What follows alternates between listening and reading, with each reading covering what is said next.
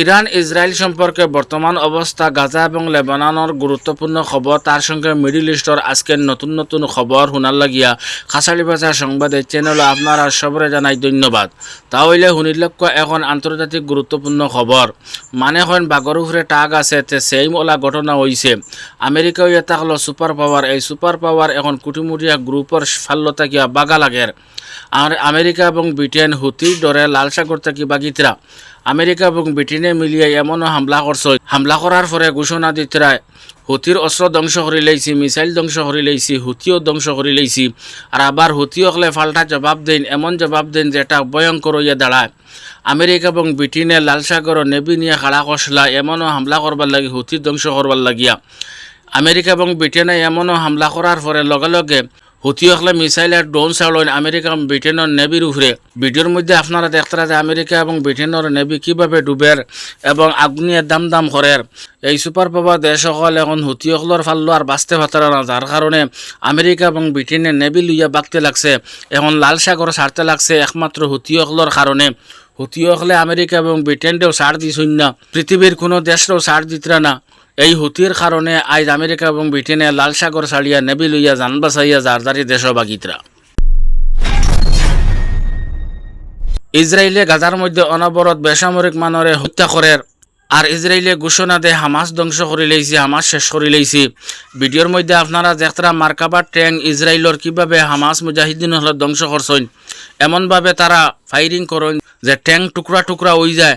আপনারা ভিডিওর মধ্যে দেখতরা যে ট্যাঙ্ক এটাও এটা হলো ইসরায়েলের মার্কাবার ট্যাঙ্ক। হামাস সকলে ফায়ারিং করে এই ট্যাঙ্ক কিভাবে ধ্বংস করছেন ভিডিওর মধ্যে আপনারা দেখুক।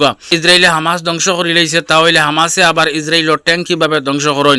ইসরায়েলে শুধুমাত্র ধ্বংস করে গাজা এবং ফিলিস্তিনের নিরীহ বেগুনা বয়স্ক মহিলা শিশু সকলরে। আজকের আর একটা গুরুত্বপূর্ণ খবর হইল যে আমেরিকার মুসলমান হলে বহুত বড় দুঃখা খাইলেইছেন। দুঃখা খাবার কারণ ইয়ে থাকলো যে আমেরিকার মুসলমানে মন খসলা যে ডোনাল্ড ট্রাম্পে এখন গাজা এবং লেবাননের পক্ষে মাতিতরা। তাহলে যদি ডোনাল্ড ট্রাম্পরে ভোট দেওয়া যায় আর তাই যদি প্রেসিডেন্ট বনতে পারেন, তাহলে হয়তো গাজা এবং লেবানন যুদ্ধ বিরতি হইব, যুদ্ধ বন্ধ হইব, গাজা এবং লেবাননের মানুষের শান্তিতে জীবন কাটাইতে পারবা। এই আশা আকাঙ্ক্ষা নিয়ে আমেরিকার মুসলমান হলে ডোনাল্ড ট্রাম্পরে ভোট দিছিলা। কিন্তু ডোনাল্ড ট্রাম্প প্রেসিডেন্ট হওয়ার পরে দেখা যায় তাই ওলা এক এক ব্যক্তিরে মন্ত্রিমণ্ডলী বানাইছিলা যারা ইসরায়েলের সমর্থক, যারা সবসময় ইসরায়েলের মালাফিন দিয়া ঘুরতে থাকেন, ইসরায়েলের স্বার্থে মাতমাত্র ইসরায়েলের পক্ষে কাম করেন। ওলা ব্যক্তিসকলরে মন্ত্রিত্ব দিতরা। এটা দেখিয়া আমেরিকার মুসলমান হলে মাথা হাত দিলেইছেন যে আমরা খল্লাম কি তার এখন ওর কিতা। আর ডোনাল্ড ট্রাম্পে প্রথমে কইলা কি তার এখন ওর কিতা। ডোনাল্ড ট্রাম্পের পরিস্থিতি বদলি গেছে। ডোনাল্ড ট্রাম্পে প্রথমে গাজা এবং লেবানন সম্পর্কে কিছু মাতিছিলাম, কিন্তু এখন দেখা যায় ডোনাল্ড ট্রাম্পে ইসরায়েলকে সাপোর্ট কতরা এবং ইসরায়েলের স্বার্থে খাম করিয়া যাইবা ওলা ইঙ্গিত পাওয়া যার। এটা হলো আমেরিকার মুসলমান হলর বেউকুফি। তারা এটা বুঝতে আসলো কারণ কুত্তার লেন যত একজনে মানছ কোনোদিনও সিধা হয় না। গতিকে তারা বুঝিয়া ভোট দিতে আসলো। আসলে একমাত্র গাজা এবং লেবাননের মুসলমানের স্বার্থে ভোটটা দিছিলা, কিন্তু এখন দেখা যায় এই ভোট দিয়া আরো ক্ষতি দাঁড়াইছে। এখন গাজা এবং লেবাননের যুদ্ধটা বন্ধ হইব কিনা, পরিস্থিতি কতটুকু যাইব কোনটা আন্দাজ করা যান না। গতিকে আমেরিকার মুসলমানে আফসোস কতরা ডোনাল্ড ট্রাম্পরে ভোট দিয়া।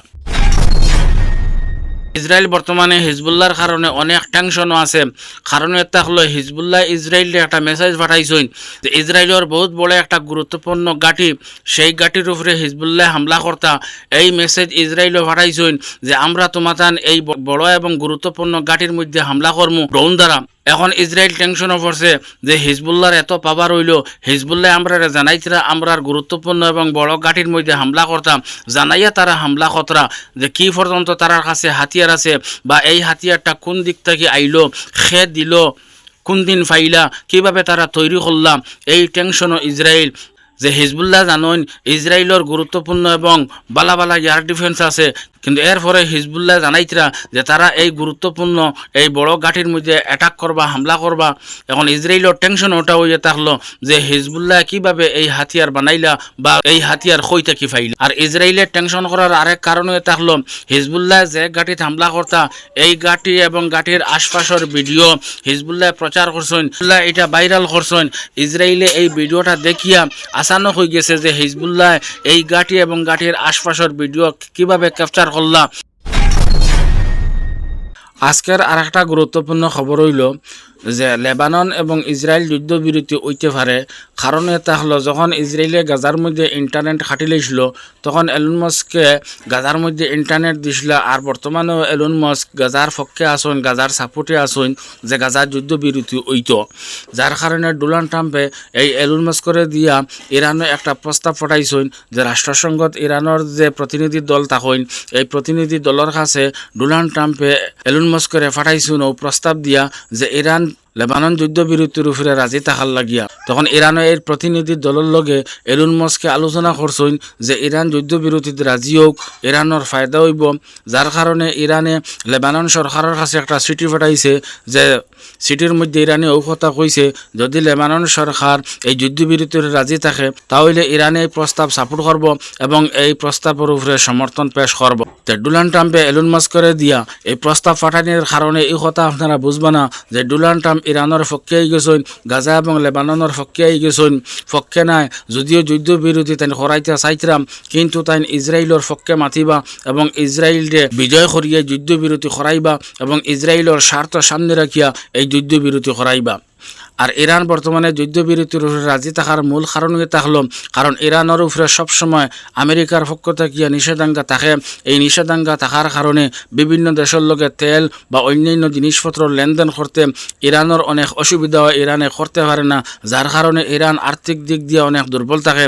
তো ইরানে স্যার যদি যুদ্ধবিরতিতে রাজি হয়ে যায় তাহলে হয়তো ইরানের উপরে নিষেধাজ্ঞা জারি না হইতে পারে। আর নিষেধাজ্ঞার মুখে যদি ইরান পড়ে না তাহলে ইরান আর্থিক দিক দিয়ে অনেক উন্নত লাভ করব। যার কারণে ইরান এই যুদ্ধবিরতির রাজিওর। আর গাজা এবং লেবাননও বেশিরভাগ বেসামরিক মানুষ হত্যা হইতাম। যার কারণে এই বেসামরিক মানুষের বাসাইয়া ইরান বর্তমানে যুদ্ধবিরতির উপরে রাজি হইছে।